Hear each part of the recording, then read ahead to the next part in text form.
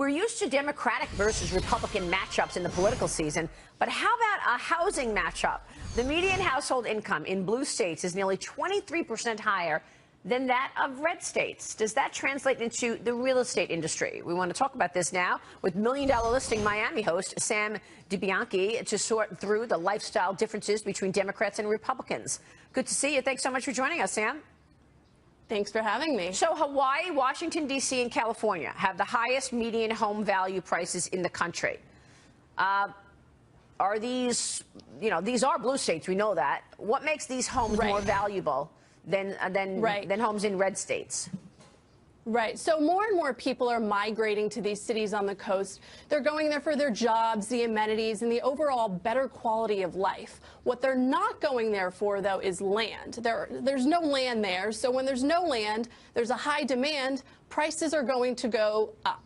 And while that is unfortunate, it's not so bad because, like you said, the income coming from the blue states is 23% more than the red states. So people are actually making that money, and they can actually afford that more expensive home. Right, and because to put that into perspective, in comparison, the states with the least expensive homes are Ohio, Indiana, and Kansas.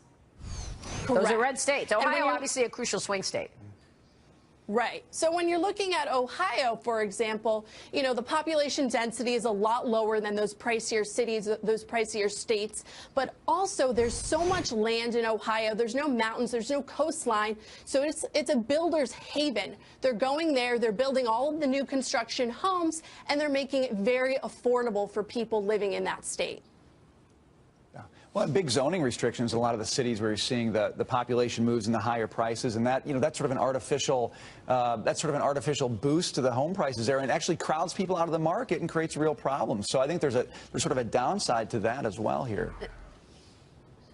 Well, again, we're talking more about affordability. So, when you're able to meet a demand and when you're able to build a solid product, I mean, you're getting reputable builders looking at this opportunity. So at the end of the day, everyone wants the American dream to buy a home. So I still think it's a good thing. So what about where the homes are the biggest? So you've got median red state listings about 210 square feet larger than the median blue state listing. The largest homes are in the red state, Utah.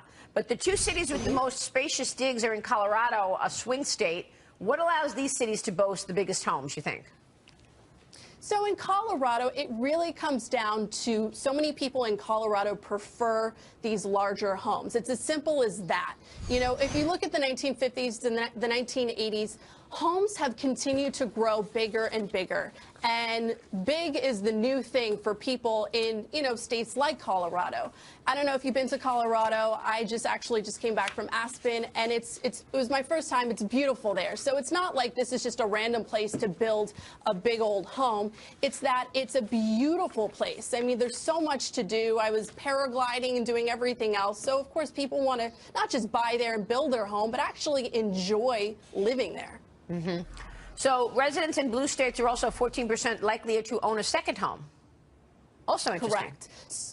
Yeah. So again, when we're talking about incomes, blue states have a higher income. Again, 23% more. And to put that into perspective, red states, it's just over 50,000. Blue states, it's just over 63,000. So when you're talking about that, these people have more money. When you have more money, you're thinking, well, real estate's a great investment. So they're buying their second property. And I can personally say a blue state like New York, there's a lot of New Yorkers buying here in Miami, which is a purple state, a swing state.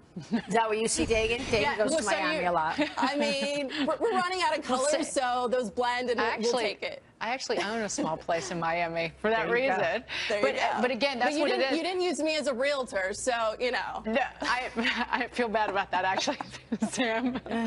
But what it is in the blue states, so the homes are smaller, but people earn more money, so they want space somewhere, so they wind up going somewhere. See, if it's on the East Coast, going somewhere south, whether it's in North Carolina, South Carolina, Georgia, or Florida, to buy like a small apartment. So that's how they use their money.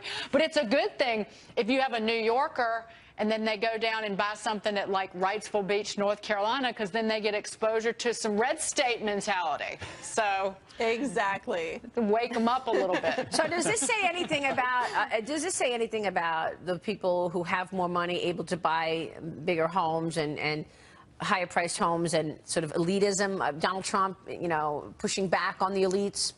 What do you guys think? Anything about that, or this is just the way it's? Yeah, I kind of just think it's the way it is. I don't think when it comes to real estate, I don't necessarily think it's political. You know, everyone at the end of the day wants, again, they want that American dream. They want to buy that home.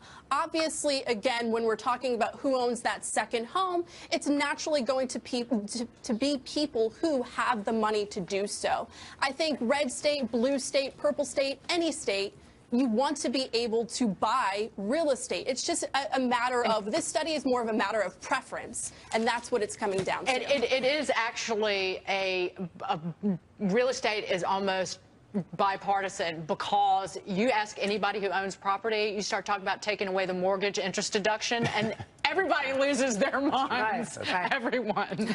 And Sam doesn't care if you're red or blue. She wants you to use her to find your exactly. home. Sam, I mean, look, good to see you. At the end of the day, when you're talking about real estate, you have to make sure you know what you're doing, and that is going to be the best advice. I recently just flipped my house. I made a 44% net return. Nice. So, and that's in 2 years. So no capital gains, and it's a good old day in sunny South Florida for me. Good for you, Sam. We'll see you soon. Sam DiBianchi joining us there. Still to come, hedge funds under pressure continues. What another tough year for the group means for your money. Then the NFL looks to tune up its clothing sales while it's teaming with big-name musicians on new clothing. Back in a minute.